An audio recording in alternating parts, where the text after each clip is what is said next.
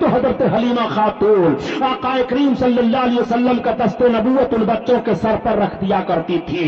میرے آقا صلی اللہ تعالی علیہ وسلم کے پاس جو بچہ لایا جاتا وہ نظر بد کا کبھی شکار نہیں ہوتا تھا.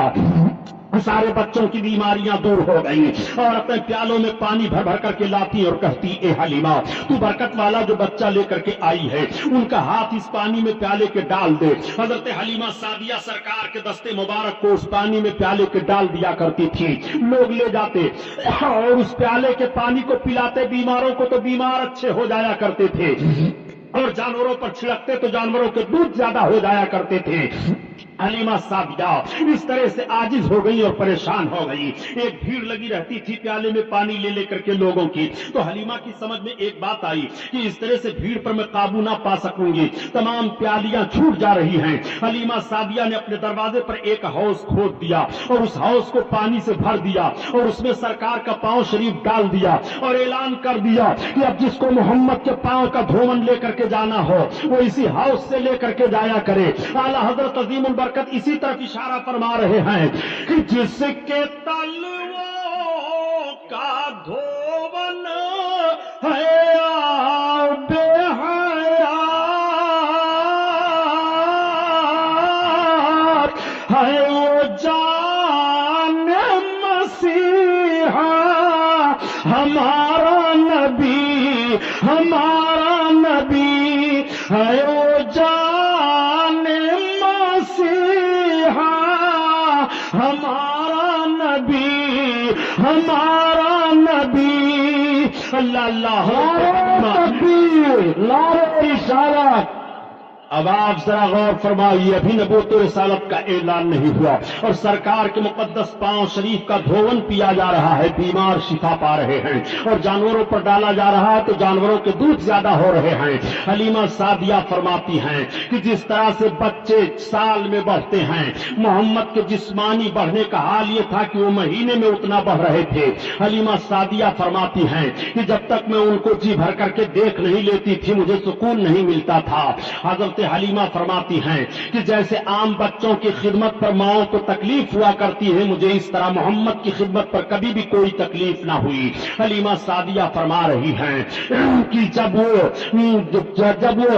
جسمانی جسم کے طور پر بڑھ رہے تھے تو ان کا حال یہ تھا کہ خوشبو تو پھیلتی ہی رہتی تھی اور جسم سے خوشبو آتی ہی تو رہتی تھی. میں جب بستر سے اٹھاتی تو بستر مہکتا رہتا تھا. عورتیں آنے کے بعد کہتی ہیں اے حلیمہ اے سعدیہ یہ تو کتنا مبارک اور خوشبودار بچہ لے کر کے آئی ہے کہ جس جگہ یہ لیٹے وہ جگہ مہک جاتی ہے, جس مکان میں یہ رہے وہ مکان مہک جاتا ہے. حضرت حلیمہ سعدیہ آقا کریم صلی اللہ تعالی علیہ وسلم کو ایک روز دودھ پلاتی ہیں اور دودھ پلانے کے بعد رات کی تاریکی ہے, چاند نکلا ہے, چاندنی پھیلی ہے, سلا دیتی ہیں.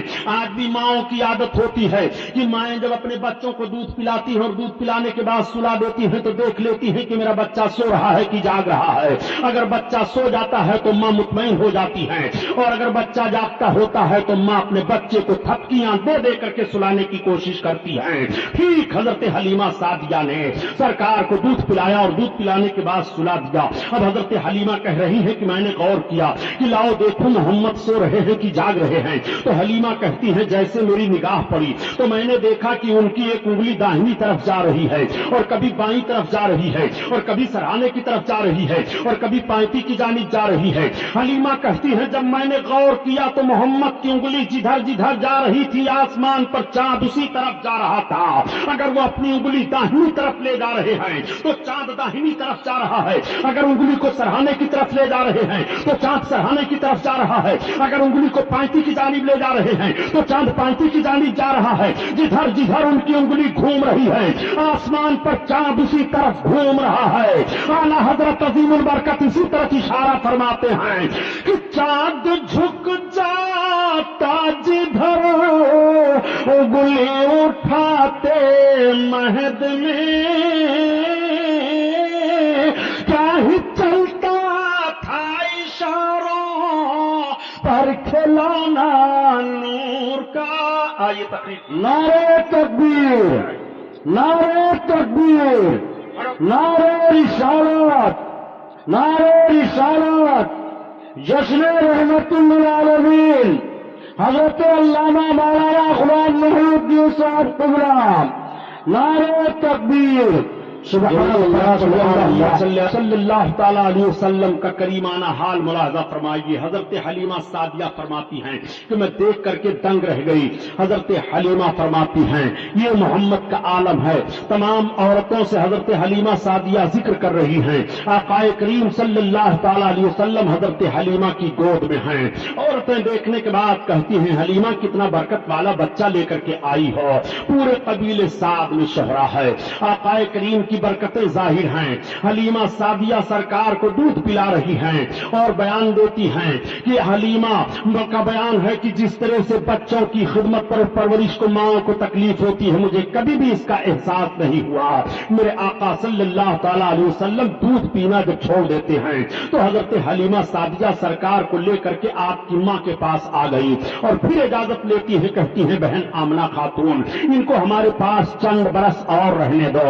چنانچہ حضرت آمنہ خاتون سے اجازت لے کر کے سرکار کو پھر لے کر کے چلی جا رہی ہیں۔ اب میرے آقا حضرت حلیمہ رضی اللہ تعالیٰ عنہا کے گھر ہیں۔ سرکار جسمانی حالت پر ایسے ماحول میں پہنچ گئے کہ میرے سرکار زمین پر تشریف فرما ہو کر کے چل رہے ہیں، مگر قدم میں کوئی لڑکھڑاہٹ نہیں ہے، کوئی لغزش نہیں ہے، کوئی لرزہ نہیں ہے۔ دیکھنے والے دیکھ کر کے حیران رہ جاتے ہیں، اے حلیمہ تو نے جس بچے کی خدمت کی ہے ان کا چلنا ذرا دیکھو۔ اور بچے جب چلتے ہیں تو اپنے دونوں پاؤں کے بل گھسٹتے ہوئے چلتے ہیں، مگر میرے سرکار کبھی پاؤں کے بل گھسٹتے ہوئے نہیں چلے، مکمل سیدھے انداز سے کھڑے ہو کر کے چل رہے ہیں اور قدم میں لغزش اور لرزہ نہیں ہے، بلکہ عقل آواز دے رہی ہے ہم کو بننا ہے نشان راہ منزل۔ دوستو ہم اگر بھٹکے تو کتنے کارواں کھو جائیں گے۔ کریم صلی اللہ علیہ وسلم اس طرح سے چل رہے ہیں، دیکھنے کے بعد لوگ اشاش کر رہے ہیں اور تعجب کر رہے ہیں اور سارے بچوں کی چال دیکھ رہے ہیں، مگر میرے آقا کی رفتار عجیب ہے، مثال نہیں ہے۔ میرے سرکار کے چلنے کا کوئی جواب نہیں ہے۔ تمام قبیلہ کی مرد اور عورتیں دیکھ کر کے سب حیران رہ جاتے ہیں۔ حلیمہ ذرا ان کا چلنا دیکھو، واقعی بہت برکت والا بچہ لے کر کے آئی ہو حلیمہ، آج تک اس رفتار سے ہم لوگوں نے بچوں کو چلتے ہوئے نہیں دیکھا۔ میرے سرکار اچھے انداز سے چل رہے ہیں۔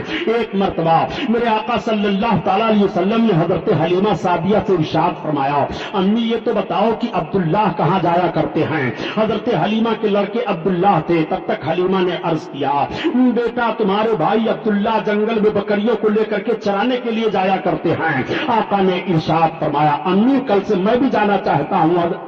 حلیمہ عرض کرتی ہے بیٹا میں تمہیں حکم تو نہیں دے سکتی، مگر جانا چاہتے ہو تو تمہارے لیے کوئی روک نہیں ہے۔ جب شام کو حضرت عبداللہ حضرت حلیمہ کے لڑکے آئے گھر تو حضرت حلیمہ نے بیان دیا بیٹا کل جب تم بکریوں کو لے کر کے جانا تو اپنے حجازی بھائی محمد کو بھی لیتے جانا ساتھ میں۔ آج جب کچھ لوگ کہہ دیا کرتے ہیں کہ نبی کریم صلی اللہ تعالیٰ علیہ وسلم بکریاں چراتے تھے، میں عرض کرتا ہوں پیارے ذرا جملہ سنبھالو تاکہ ایمان کا جنازہ نہ نکلنے پائے۔ میرے آقا صرف بکریاں ہی چرایا نہیں کرتے تھے بلکہ بکریوں کے چرانے کا پس منظر بھی ملاحظہ کرا۔ میرے سرکار بکریاں چرانے تو ضرور جا رہے ہیں جنگل میں، مگر اس ماحول پر نگاہ تو رکھو تاکہ عظمت مصطفیٰ تمہارے دل میں بیٹھ جائے اور تمہارے ایمان کا جنازہ نہ نکلنے پائے۔ آقا کریم صلی اللہ تعالیٰ علیہ وسلم صبح جب ہوئی حضرت عبداللہ نے اپنی بکریوں کو کھول کر کے کٹگھرے سے نکالنا چاہا، بکریاں ساری نکل آتی ہیں، میرے آقا بھی تشریف فرما ہو گئے۔ اب عبداللہ ہانک رہے ہیں بکریوں کو، مگر بکریاں چل نہیں رہی ہیں۔ عبداللہ نے حضرت حلیمہ کو پکارا امی یہ بکریاں تو چل نہیں رہی ہیں۔ تب تک حضرت حلیمہ نے دیکھا اور دیکھنے کے بعد کہا اے بیٹا عبداللہ یہ بکریاں محمد کے آگے آگے نہیں چلیں گی، تم محمد کو لے کر کے آگے ہو جاؤ پھر بکریاں پیچھے چلیں گی۔ میں عرض کرتا ہوں اے مسلمانوں یہ جانور بھی پہچان رہے ہیں یہ نبی ہے ان کے آگے آگے نہ چلو، یہ رحمت للعالمین ہے ان کے آگے آگے نہ چلو، یہ بشیر نبی ہے ان کے آگے آگے نہ چلو، یہ امام الانبیاء ہیں ان کے آگے آگے نہ چلو۔ جانور تو نبی کو پہچان رہے ہیں کہ ان کے آگے آگے نہ چلو۔ کیا کہنا یہ کیسے جانور ہیں جو نبی سے بڑھنے کی کوشش کر رہے ہیں، سبحان اللہ کوشش کر رہے ہیں۔ اسی لیے میں عرض کرتا ہوں پیارے، نبی کو پہچانتا کون نہیں ہے؟ نبی کو سب پہچان رہے ہیں، نبی کو بحر و بر پہچان رہے ہیں، نبی کو خشک و تر پہچان رہے ہیں، نبی کو زمین پہچان رہی ہے، نبی کو آسمان پہچان رہا ہے، نبی کو چاند و سورج پہچان رہے ہیں، نبی کو خشکی تری پہچان رہی ہے، نبی کو ہوا فضا پہچان رہی ہے، نبی کو شجر و حجر پہچان رہے ہیں، نبی کو جمادات و نباتات پہچان رہے ہیں، سب نبی کو پہچان رہے ہیں۔ اگر نبی کو کوئی نہیں پہچان رہا ہے تو یا تو وہ شرکس انسان ہے جو نبی کو نہیں پہچان رہا ہے، یا شرکس جن ہے جو نبی کو نہیں پہچان رہا ہے، ورنہ نبی کو کون نہیں پہچانتا ہے؟ یہ آقا کریم صلی اللہ علیہ وسلم ہے جن کے آگے آگے جانور نہیں چل رہے ہیں۔ اب آقا کریم صلی اللہ علیہ وسلم آگے چل رہے ہیں اور ساری بکریوں کو عبداللہ ہانکتے ہیں تو بکریاں پیچھے چلی جا رہی ہیں۔ جب میرے آقا جنگل میں تشریف فرما ہوئے، بکریاں تو چلی گئی پہاڑیوں کے اندر، جھاڑیوں میں چرنے لگی، آقا کریم صلی اللہ تعالیٰ علیہ وسلم چل رہے ہیں تو سخت پتھروں پر سرکار کے نشان قدم پڑ رہے ہیں۔ عبداللہ دیکھ کر کے حیران رہ جاتے ہیں، اور جب میرے آقا درخت کے نیچے کھڑے ہوئے تو درخت کا سایہ دوسری جانب تھا، مگر میرے سرکار جس طرف تشریف فرما ہوئے درخت کا سایہ اسی طرف چلا آیا، اور جب سرکار درخت کے قریب جانے لگے تو درخت سرکار کی طرف جھک گیا۔ حضرت عبداللہ دیکھ کر کے حیران رہ جاتے ہیں۔ جب شام ہو گئی آئے تو اپنی ماں سے بیان کیا، امی غضب ہو گیا۔ کہا کیا؟ کہا آج عجیب معاملہ میں نے محمد کے ساتھ دیکھا۔ کہا کیا تم نے دیکھا؟ کہا یہ جب جا رہے تھے تو ریتی ہوئی زمین پر ان کے قدم پڑتے تھے تو نشان نہیں ظاہر ہوتے تھے، مگر سخت پتھروں پر قدم رکھتے تھے تو پتھروں پر ان کے پیروں کے نشان ظاہر ہو جایا کرتے تھے۔ حضرت حلیمہ بیان فرماتی ہے بیٹا کسی سے کہنا نہیں، اور امی یہی نہیں بلکہ جس درخت کے نیچے ہم گئے اس درخت کا سایہ اسی طرف چلا آیا، اور امی یہی نہیں بلکہ جب ہم درخت کے پاس جانے لگے تو درخت جھک گیا ہے، امی میں گھبرا گیا تھا۔ حضرت حلیمہ کہتی ہے بیٹا تمہیں گھبرانے کی ضرورت نہیں ہے، محمد سے اس طرح سے بہت ساری باتیں کو دیکھنے کی ملی ہیں، یہ بہت عظیم انسان ہیں، یہ بہت برکت والے ہیں۔ آج پھر میرے سرکار جنگل میں تشریف لے گئے۔ اب جب میرے آقا جنگل میں تشریف لے گئے پہاڑیوں کے درمیان، تو پہاڑیوں کے اندر جتنے چرند پرند تھے وہ سب کے سب اڑ کر کے آ کر کے اسی درخت پر بیٹھ گئے اور منڈلانے لگے، گویا سرکار کی زیارت کر رہے ہیں۔ تمام جانور جنگل سے نکل آئے اور وہ سرکار کی طرف دیکھ رہے ہیں، اور دیکھنے کے بعد اپنی پیشانی کو زمین پر رکھ رہے ہیں، اور رکھنے کے بعد وہ جنگل کی طرف چلے جا رہے ہیں۔ آقا صلی اللہ علیہ وسلم گھر کی طرف تشریف لا رہے ہیں تو سارے بکریاں چلی آ رہی ہیں، بکریوں کو ہانکنے کی ضرورت نہیں پڑ رہی ہے۔ حضرت حلیمہ کی بکریاں کٹگھرے میں پہنچ جاتی ہیں، کوئی ایک بکری بھی ضائع نہیں ہوتی ہے، اور پورے خاندان میں پوری آبادی میں جب سے میرے آقا تشریف لے گئے تھے کسی بکری کو کوئی جانور کسی دن نقصان نہیں پہنچایا تھا۔ موسمی بخار میرے سرکار کو ہو گیا۔ جب یہ باتیں بیان کی جاتی ہیں تو مخالف گروپ کے لوگ کبھی کہہ دیا کرتے ہیں کہ نبی کی فضیلت میں یہ حدیث شریف تو ضعیف ہے، یہ حدیث شریف تو ضعیف ہے، یہ حدیث تو ضعیف ہے۔ میں کہتا ہوں جب فضائل نبی کی بات آئے تو تمہیں حدیث ضعیف دکھائی دے رہی ہے، آخر کن حدیثوں کو تم کبھی تسلیم کرتے ہوئے نبی کریم صلی اللہ علیہ وسلم کی فضیلت کو تسلیم کرو گے؟ یہ مصطفیٰ کی عظمت کا بیان ہے، اس میں ضعیف حدیث اور کبھی حدیث کا معاملہ نہیں ہے۔ اپنے آقا کی عظمت سماعت فرماتے چلو۔ نبی کونین صلی اللہ تعالیٰ علیہ وسلم کو موسمی بخار ہوا، میرے سرکار 3 دن جنگل میں تشریف نہیں لے گئے، تب تک حلیمہ کے لڑکے روتے چلاتے ہوئے آئے اور عرض کرتے ہیں ارے امی جان آج تو سب سے زیادہ دودھ دینے والی بکری کو جنگل کا شیر اٹھا لے گیا ہے۔ حلیمہ رونے لگی، میرے آقا نے آنکھیں کھول دی، ارشاد فرمایا امی کیا بات ہے؟ حلیمہ عرض کرتی ہے بیٹا محمد سب سے زیادہ دودھ دینے والی بکری کو جنگل کا شیر اٹھا لے گیا ہے۔ مجھے یہ فکر نہیں ہے کہ دودھ دینے والی بکری تھی، میں اس فکر میں رونے لگی ہوں کہ جب سے آپ میرے گھر آئے تھے میں آپ کو لے کر کے آئی تھی، میری ہی بکری نہیں بلکہ آبادی میں کسی کا جانور نقصان نہیں ہوا تھا، آج جانور کیسے ہماری بکری کو اٹھا لے گیا اس میں کوئی راز ہے۔ تب تک میرے سرکار کھڑے ہو گئے اور ارشاد فرماتے ہیں چلو کدھر سے جنگل کا شیر آیا تھا؟ پہاڑی کے ایک چٹان پر آ کر کے ان کے لڑکے کھڑے ہو جاتے ہیں اور اشارہ سے بیان دیتے ہیں اسی طرف سے آیا تھا شیر۔ میرے سرکار نے اسی طرف رخ نبوت کیا، کیا کہنا کے بعد ارشاد فرماتے ہیں یا ابا الحارث اتنا فرمان تھا کہ جنگل میں جتنے شیر چیتے چرندے پرند ہیں سب باہر نکل آ رہے ہیں، نبی بلا رہے ہیں چلو چلو، بلا رہے ہیں چلو چلو، امام الانبیاء بلا رہے ہیں چلو چلو، رحمت للعالمین بلا رہے ہیں چلو چلو، سارے جانور چلے آ رہے ہیں اور سارے کے سارے لوگ لائن سے کھڑے ہو جاتے ہیں۔